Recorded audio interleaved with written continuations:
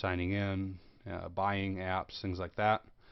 And then also run through the settings real quick, and then give you some tips and tricks with your iPad as well. We will be done at 3:50. I will leave a couple minutes open at the end to answer questions in the chat room if at all possible. Alright, and so we will start here. I will shut the light off here so we don't get the glare. But the first thing I want to show you is turning on and off your iPad. And so if you look at this is iPad 2, fairly thin. If you look at the top, you have a button at the top that turns the iPad on and off. And so if I were to click on it, you'll see my iPad is already turned on. But if I want to turn it all the way off, what I do is I hold it down for a couple seconds. And then I'm going to get the slide to power off, and I'll slide that off. I'm not going to do that because it takes a little bit of time to boot back up. So that's how you turn it shut it all the way down. Otherwise, it just goes to sleep and not shut all the way down. So I'm going to flip my light off here so we can see the iPad a little bit better. And I'll zoom in a little bit as well.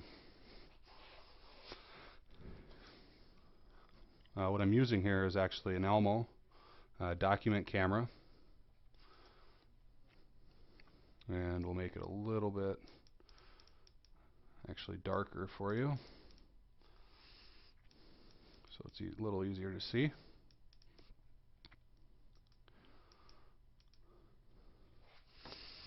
Alright, care of your iPad. If you notice on your iPad, there's not a whole lot of moving parts, and so there's not a whole lot of things to break, and that's why they are pretty catching on in education, because kids can actually handle them and play with them a little bit without breaking them. And so not a whole lot of movable parts, but what can break, obviously your screen is made of glass, and so dropping it will break it unless you have a case. And I would strongly suggest going out and buying a case if you don't have one, or if your school has iPads, they should definitely invest in a case as well, as they are well worth the money, and they protect your $500 to $700 investment. If you do manage to break the screen, you can bring it to an Apple store. Just go online and Google nearest Apple store, and you can find it. You can also go on their website, on the Apple website, and find information about how to go about replacing your screen. Probably, I believe it's somewhere around $150 to replace your screen, and so probably handle with care would be my best bet. If you're going to wash off the fingerprints, all you do is I'd use a lint-free cloth, dry, doesn't need to really be wet. You can use a lint-free cloth, and actually you can go to Walmart or to any other electronics store and actually find these cloths. And they are a very good investment to wiping your iPad. You don't want to use paper towels. You don't want to use even bath towels or anything like that for fear of scratching them. You also don't want to spray anything on your iPad, directly on your iPad, as if water gets in them, can do damage or anything. So don't use window cleaner or anything like that to clean your iPad screen, as it can cause damage. Also, they tell you not to use your iPad in the bathroom while you're taking a shower, for example, for fear of condensation getting into the iPad. And so I strongly urge you not to do that as well. Or if you have an iPod, same type of deal. And so that's care. The battery as well. If you notice in the upper corner up here, in the upper right hand corner, the battery indicator up there will tell me I have 82% battery life remaining.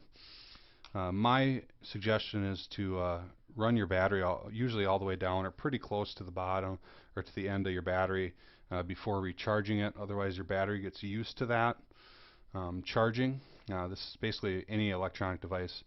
Your battery will get used to that charging, and only it'll actually deplete it faster if you charge it for, say, let's say I plug it in now every day at 82%.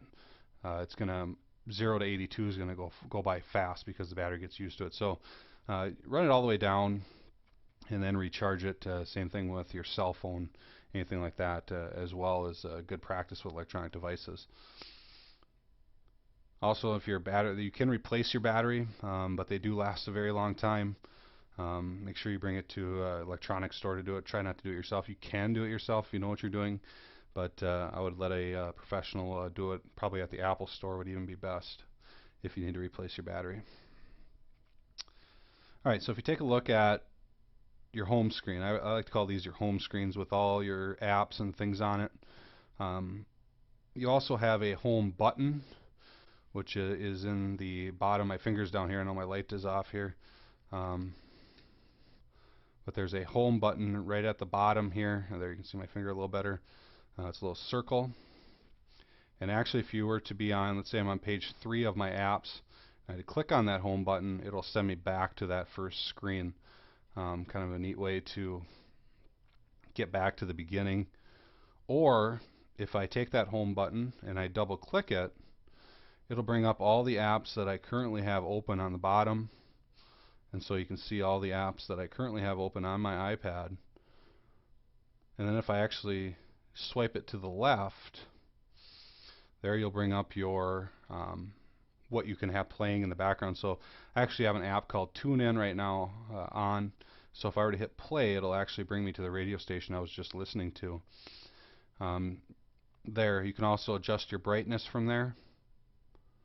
That's one way. There is a setting as well that we'll go through here in a second that you can adjust your lighting as well. But that's just double clicking on your home screen, or on your home button, excuse me, that will bring you there. Also, if you want to put apps, as you take a look here at mine, I have mine all set up into folders here. I have folders for my daughter, music, classroom apps, whatever you're going to do. And so, for instance, I want to put this CBS Sports app into my sports folder. And so what I'm going to do is I'm going to take my finger and just hold down on that app. And we'll get to buying apps here in a second, but I'm going to hold that down, and you can see they're shaking. There's an X on them. I'm actually just going to take that and drag that on top of the sports folder, and it'll put it in there. Now if I want to create a folder, let's say I want to put these two apps into a folder, I just drag them on top of each other and it creates a folder for me. Now if I don't want those apps in my folder, so I have opened this folder, so if let's say I want those apps out of my folder, I open that folder up while they're shaking and I just drag it back out, and that gets rid of that folder for me. Now if I want to move folders to different pages, so I want the sports folder on page 2, I just bring it near the edge of my screen. So I'll do that again. Let's say this one. I move it to the edge of the screen, and it'll automatically go to the page that I'm pointed to.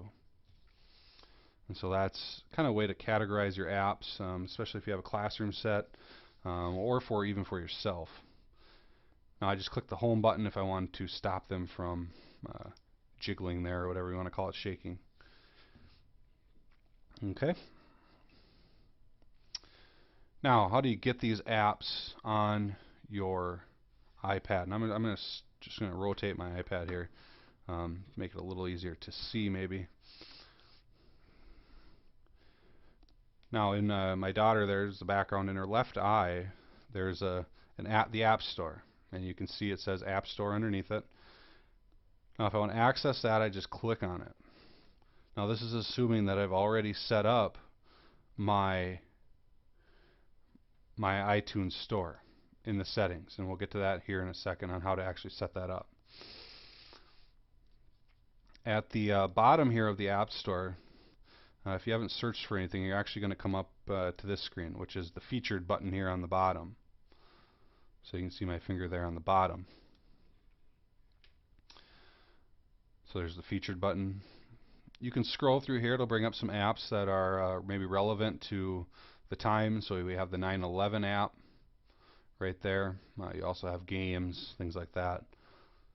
You can also go search here. Sometimes they have different things up here. So if you want to search by education, just click on that and it'll bring me to kind of some what's new in education,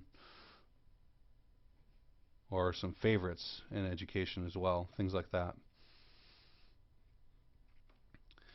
You can also search by what they call Genius, and if you click on that, um, it'll say maybe do you want to turn Genius on. And what Genius is it takes your purchases and your downloads and tries to predict things that you would like to download. And so if you take a look at the things I have up, obviously I have a lot of apps there for my daughter, and so a lot of kid games have come up. Now these aren't necessarily free, but they do cost some money, and that's in the App Store under Genius, and you can turn that on if you so choose.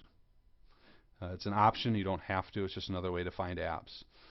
You can also go to the charts and see the top paid apps or the top free apps. And I see I have a couple there that I need to try out at the top. And if I want that, let's say I want this NBC app right here. Okay, it says free next to it. And so what I do is I just click on the free, and it'll ask me to install the app. Now maybe I wasn't quite sure and I don't want to install it yet. What I want to do is I want to read about it. I just tap on it and it'll bring me to this page, which I can see screenshots of what that app looks like. I can also read reviews, and so it gets pretty good reviews. As you can tell, there are 832 5-star reviews currently for this app, and so pretty good app. So I'm going to take it and I'm just going to hit free install, and it'll ask for my password, and for sake of time I'm not going to put in my password, but what it will do then, it will actually go to my home screen if I were to type my password in and send that app to the first available spot on my iPad.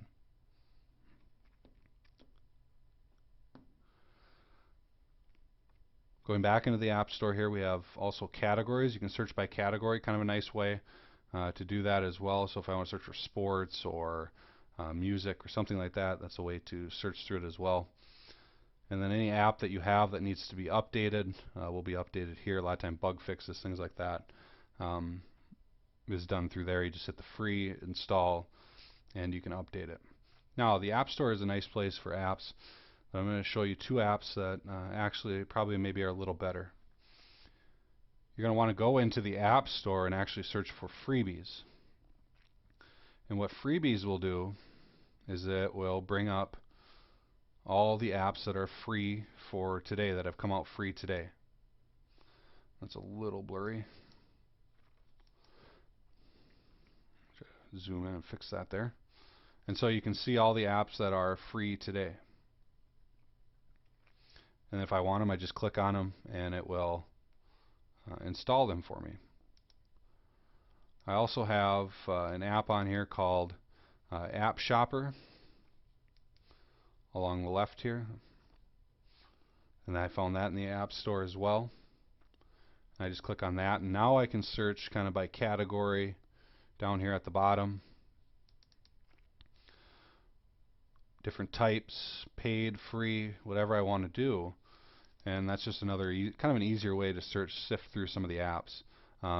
The app that I probably use the most is that Freebies app, as I find a lot of good stuff. A lot of times they're free for a day, and then I can access them later. Or I can download them and then come back to them, take a look at them later if I so choose, because I'll never have to pay for it. And so for instance, there was an app today that was like $8.99 regular. It's free for a day, like on their 1-year anniversary.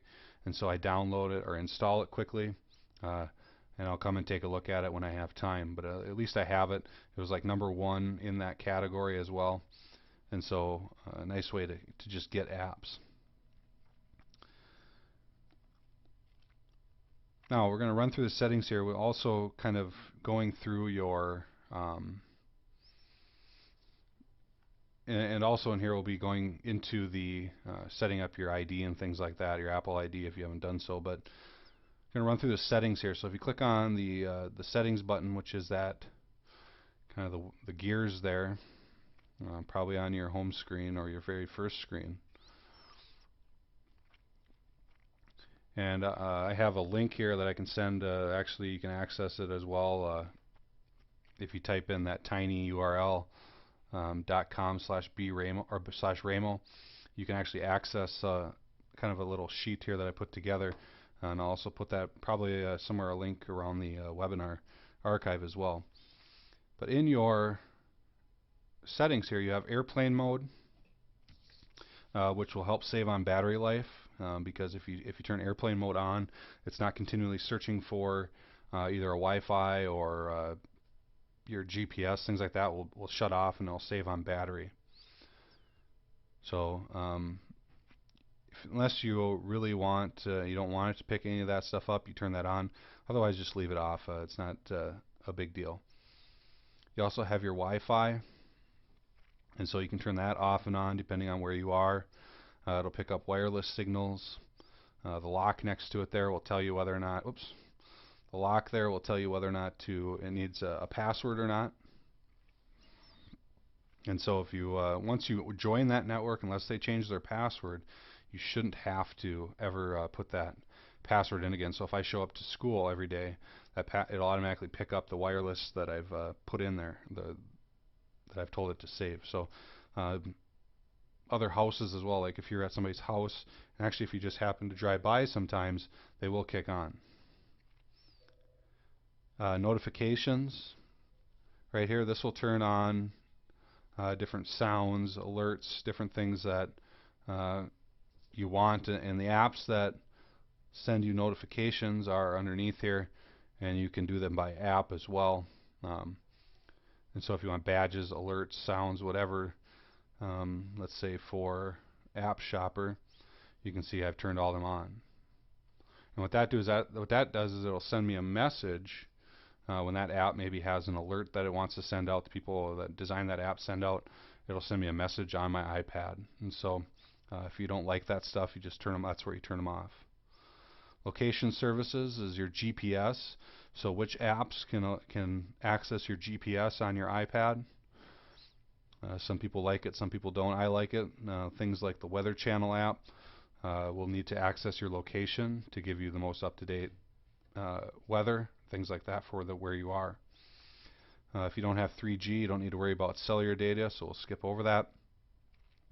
The brightness and wallpaper. You can see, you can change your background from here. You can also change your brightness right there. Changing your brightness, if you make it less bright, will actually save on battery life. The more bright, the faster your battery drains. The battery life is about 10 hours, so you usually shouldn't have to worry about that unless you're using it constantly. The picture frame, if you want to use your iPad like the picture frame, that's the settings there. Different general settings here real quick. Your about, you can see how many apps you have, how many songs you have, how much space you have left right here. So I have a capacity of 14 gig and I have 1.2 gig available as well.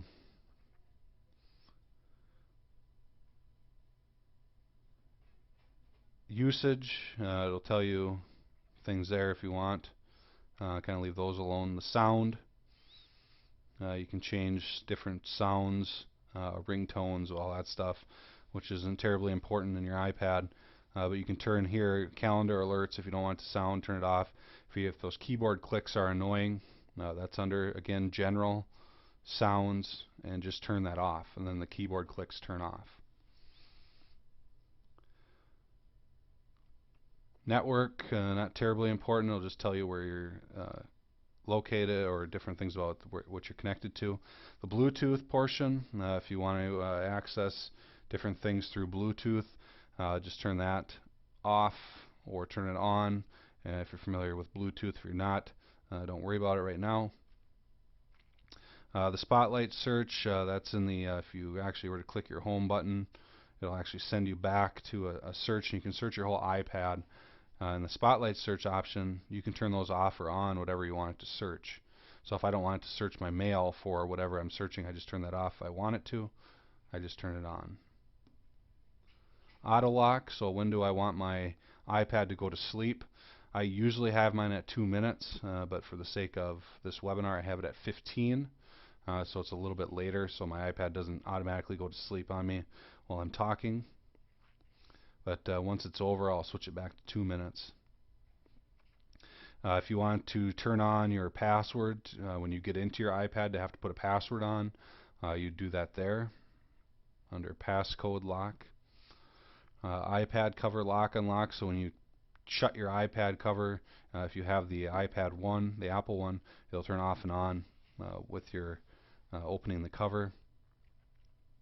Restrictions, if you want to restrict certain apps from doing certain things, that's where you do that. If you have a kid or a teenager or something, and you're worried about what they're doing on their iPad, that's done under restrictions, turning things off or on. I just leave mine off for now so I don't get hung up on getting stuck on something. Next to your volume on the side of your iPad, there's another button, and I have that switched to lock rotation, because then it allows me to lock my iPad in place, so as I turn it, the screen doesn't keep turning.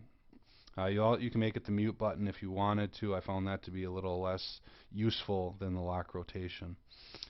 And then the rest of it there will actually bring you through the date, time, different things on your keyboard. You can look through it as well. Mail contacts option will allow you to set up your mail, set up your contacts, things like that. And that'll actually be in another tutorial coming up soon. I'm not going to cover that now because it takes a little bit of time to get through. Your Safari options, whether or not what search engine you want, whether or not you want it to autofill. You can clear your history, things like that from there. Your iPod, if you want to run your iPod through your iPad, your options are there. And then your store, this is where you'd set up your iTunes account, is through here. But as you can see, if you've been downloading apps, you already have your setup. And if you access that agenda at the tinyurl.com/Raymo, there's a little walkthrough there on accessing and setting up your Apple ID. Okay. So that's settings real quick. I'm going to run through, we've got about 3 minutes remaining here. Just a couple tips and tricks as you can for your iPad to kind of round out here. If you hold down that volume button, which is on the left hand or on the side of your iPad, if you hold it down for 2 or 3 seconds, that will actually mute your iPad. And I'll try to do it here. So if I hold it down quickly, it'll actually just mute it for me for 2 or 3 seconds. If you want to add a shortcut to your home screen, so if I want to add, let's say this document, I got this website here, and I want to add it to my home screen. I'm in the internet right now on my Safari. There's a little button there next to the URL with the arrow on it. I just click on that, and then I put on Add to Home Screen. And so this is Webinar 1 information.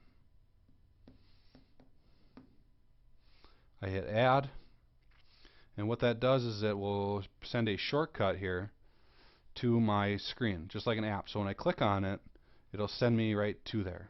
Very helpful if you have online attendance, a Google Doc that you're always maybe going to, or a website that you're always going to. It's a great spot to put your home screen. I know Dawson uses it in the elementary for their lunch count and attendance. They just have a Google form set up, and that's added to their home screen. They just click on it, and it sends their information off. You can also add apps to this bottom toolbar here.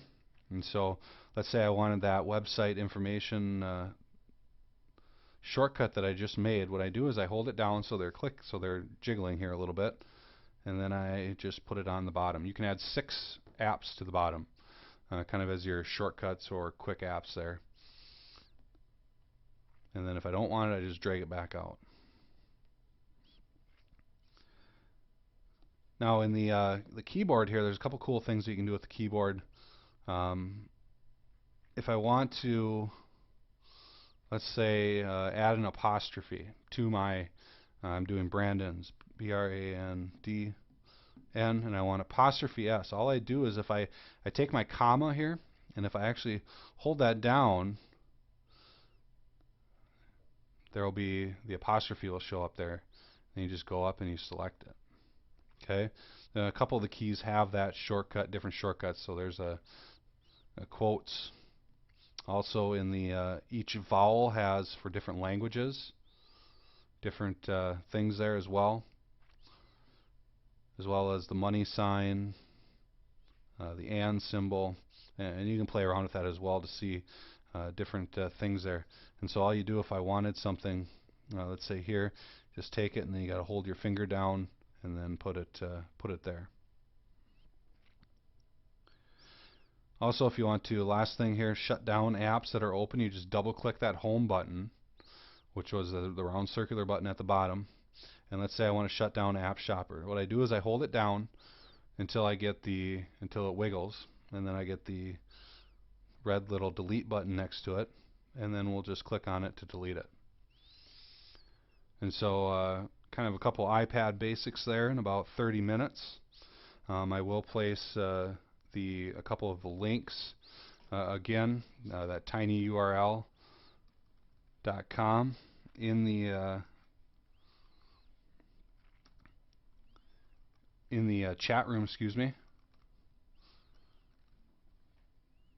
for you to access that, the agenda and things. And so what that would look like is right here. And in there's also a survey URL. And so if you want to access that survey, just click on it.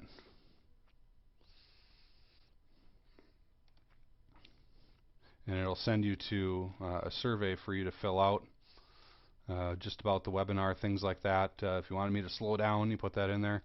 And just your experience with the webinar, that's in there, as well as a link to our DIGO group. We're pushing a little bit of collaboration. If you're a member of DIGO, you can join this group, and we'll go through that in another webinar as well. But that was iPad basics, and so we went through everything that I wanted to. We're 2 minutes over, but if there's any questions, I'll stick around the Today's Meet chat room and answer any questions that you may have.